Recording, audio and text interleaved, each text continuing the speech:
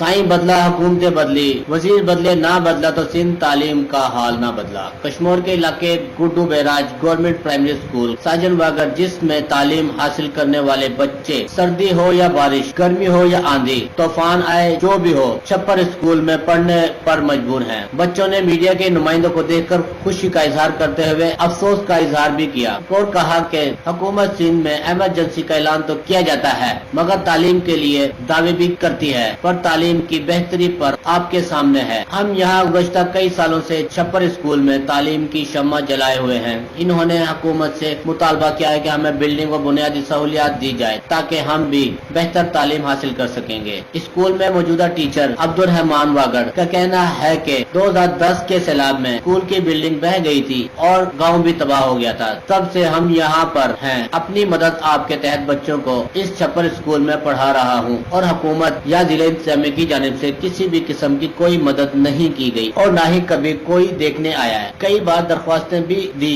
पर अभी तक सुनवाई नहीं हुई। हम हुकूमत से मुतालबा करते हैं कि खास तौर पर तब्दीली के अलमबरदार वजीर आजम इमरान खान से कि सिंध की तालीम की बेहतरी के लिए भी कोई अहकामात जारी करें ताकि सिंध भी तरक्की कर सके। कैमरामैन टीम कैमरा इकरार अली फराज, राज न्यूज कश्मीर।